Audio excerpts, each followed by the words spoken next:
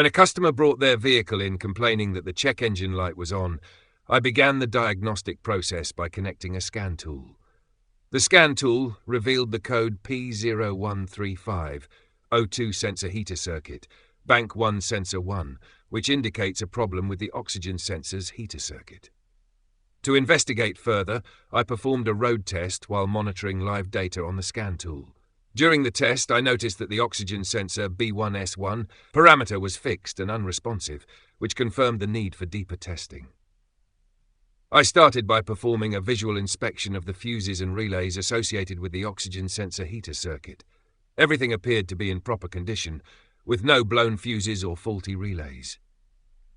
Next, I inspected the wiring harness for the oxygen sensor B1S1, looking for damage such as frayed wires, corrosion or poor connections, but found no issues.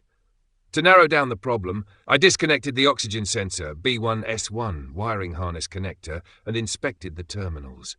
They were clean and showed no signs of corrosion or bent pins.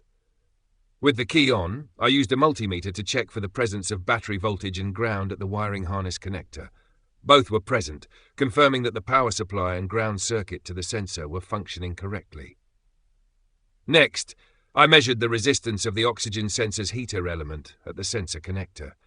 Using the multimeter, I found that the resistance was out of specification, indicating that the heater element in the sensor was electrically open.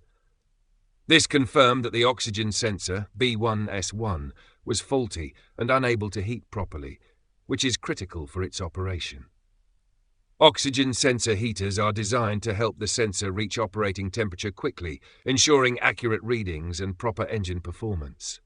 To resolve the issue, I replaced the faulty oxygen sensor, B1S1, with a new one. After installing the new sensor, I cleared the fault codes and performed a road test to verify the repair.